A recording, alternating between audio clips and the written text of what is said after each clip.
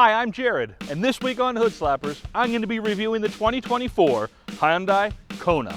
Don't forget to hit like and subscribe. James Brown once vocalized opinion on society stating that the world we live in is a man's world. An argument was made many years later by Cher, stating that the world we live in is indeed a woman's world. However, when watching any science fiction movie, the general consensus is it's a world run by machines. We can't make up our mind. But when it comes to automotive, one thing is clear. It's an SUV world. And today, we have one of the newest with the 2024 Hyundai Kona. And it's so good that it's going to crush its enemies, see them driven before it, and hear the lamentations of their women. Kona? But I thought I had a whole Conan theme. I even had my Schwarzenegger impression.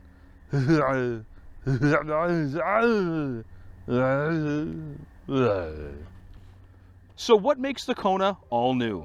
Hyundai translated to English means modern times. The new Kona has a sleek new look that is very modern, but also contradicts its meaning with a somewhat retro look, with its many lines creating lots to focus on, while bookending both the front and the rear of the vehicle with a pinstripe light setup resembling the visor once worn by Geordie LaForge.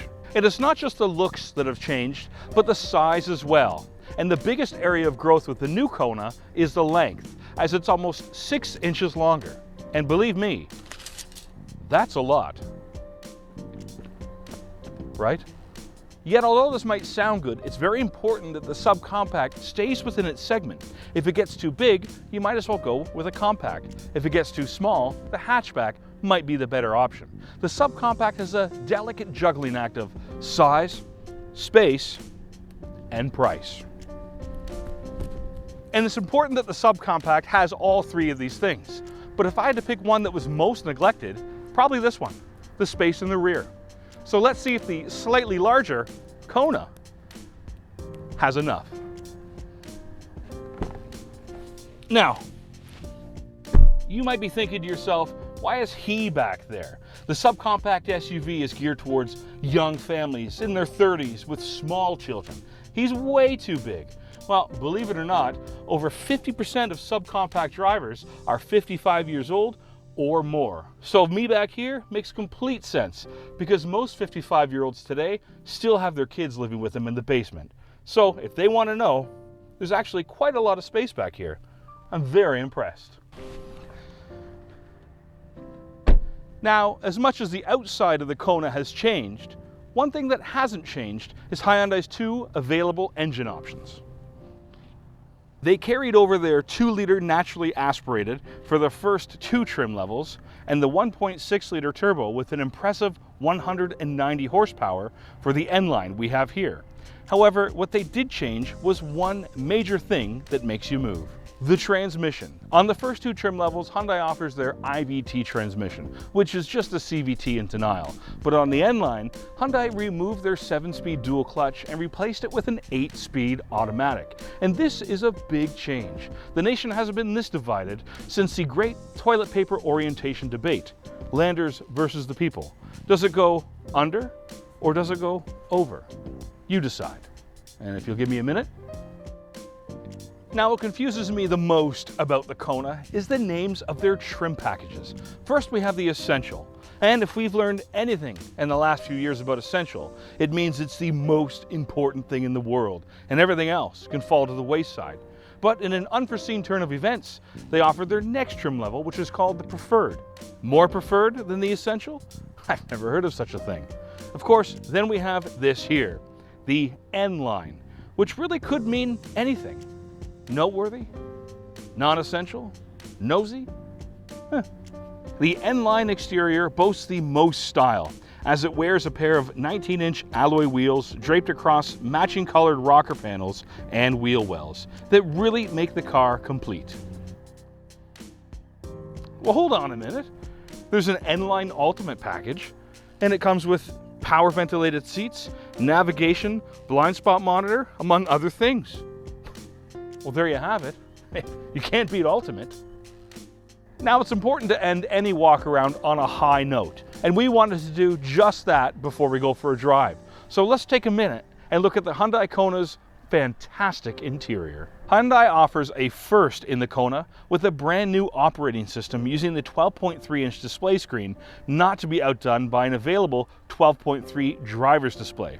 Hyundai has completely thrown out the old Kona and designed this interior with fresh minds, dazzling us with nice things like the N-line leatherette and suede seats with red stitching and a full ambient lighting setup. I like what I see so far. So let's go for a ride. We'll talk about price, this new screen, and a few cons I have about the Kona. Well, here I am in the 2024 fully redesigned Hyundai Kona. And first impressions, I think it's fantastic, and I'll tell you for why.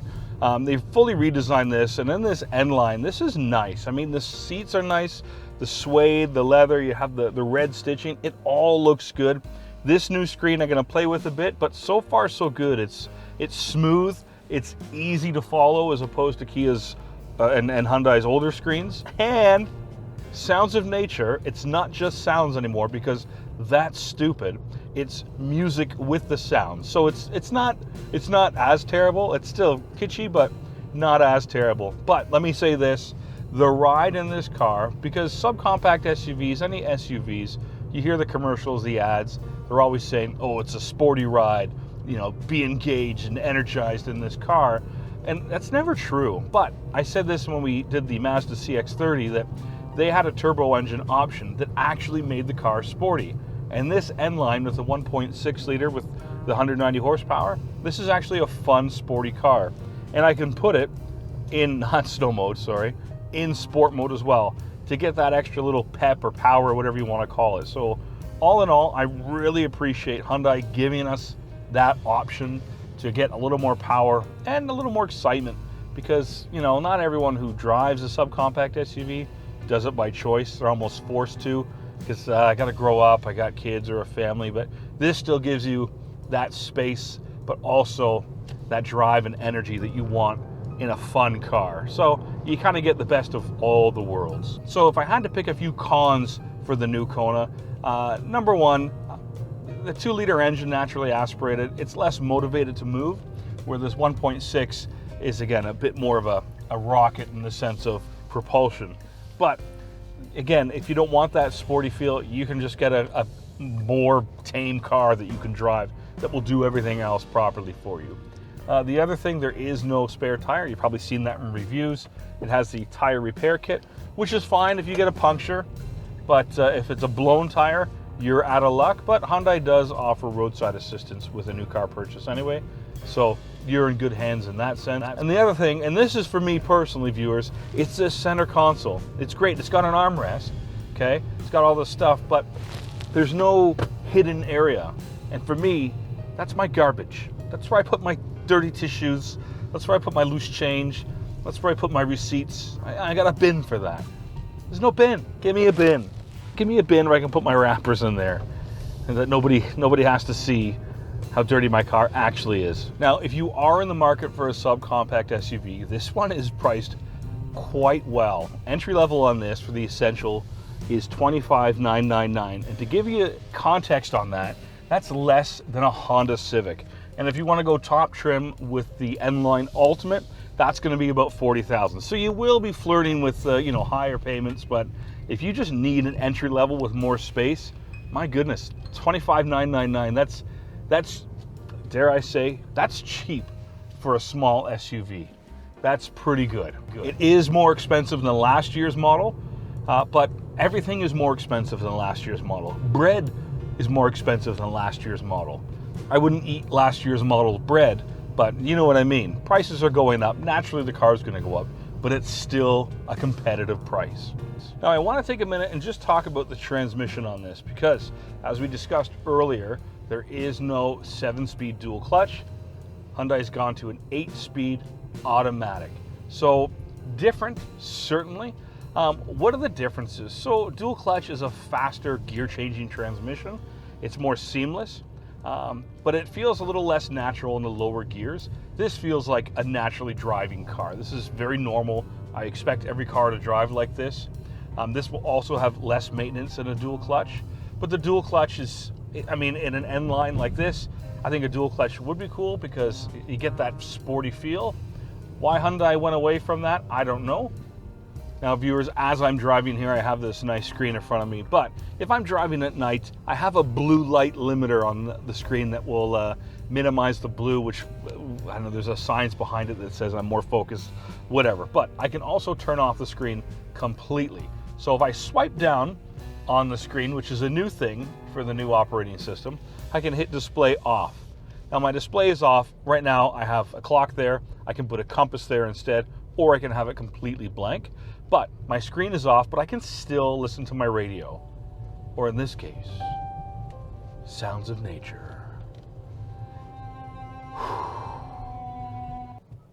And if I just touch the screen, it comes right back on. So very, very simple. Again, very easy to use. I have my home screen, which I can customize, of course. I swipe over, and now I can go to my settings, my maintenance. I have an online owner's manual, but I also have a very thick regular owner's manual.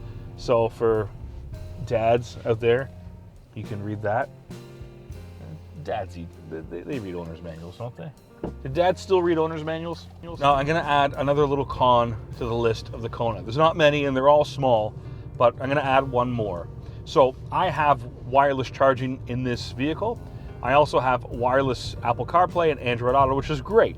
So I can go to my Apple CarPlay screen, and I don't have a map on this car. I don't have GPS, I don't have the Ultimate, but if I go to my home screen, I can just hit map here, and it'll bring up my map from my phone, which is pretty cool, pretty interactive. Here's the catch. If I go to the N-Line Ultimate, I no longer have the wireless Apple CarPlay and Android Auto. I have to plug it in. I go to the top trim, and I need that cord. I don't know why. If anyone knows why that's the deal, but if anyone can tell me, please put that in the comments below.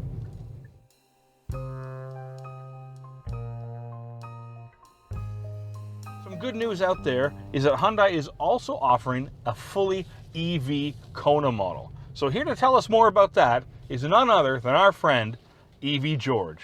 George? Hello, everyone.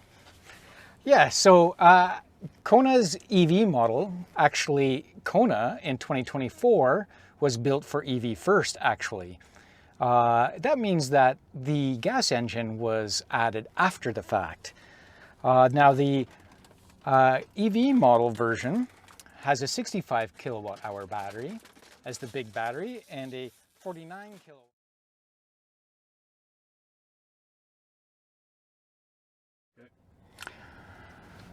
Okay, Jared, up to you. Chip. EV George.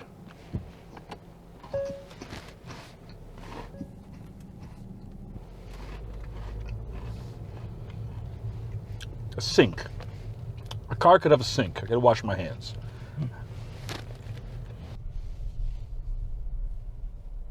I got a thumbs up by an old man in a wheelchair. You know you've made it when that happens. Well, the Kona showcases a juggling act worthy of the circus itself. And it merges all three of those things that make a subcompact very important. The size, the space, and the price. And it's very versatile in what it can do, but it's also versatile in who it's for. Whether you're young or old, family or not, the Kona is perfect for you. And although the trim levels are confusing, it's nice to know that Kona has options for you in terms of what you want or what you don't want. There is a lot to like on the new Kona, and it's easy to see why there's so many good reviews about it. And today, we're gonna add our review to that pile. So with that, I give the all-new 2024 Hyundai Kona my hood slap of approval. Thanks so much for watching. Don't forget to hit like and subscribe, and we'll see you next time. A big thanks goes to Schluter Hyundai for letting us use this 2024 Hyundai Kona. If you're in the market for one, you go see them at 625 Davenport Road in Waterloo.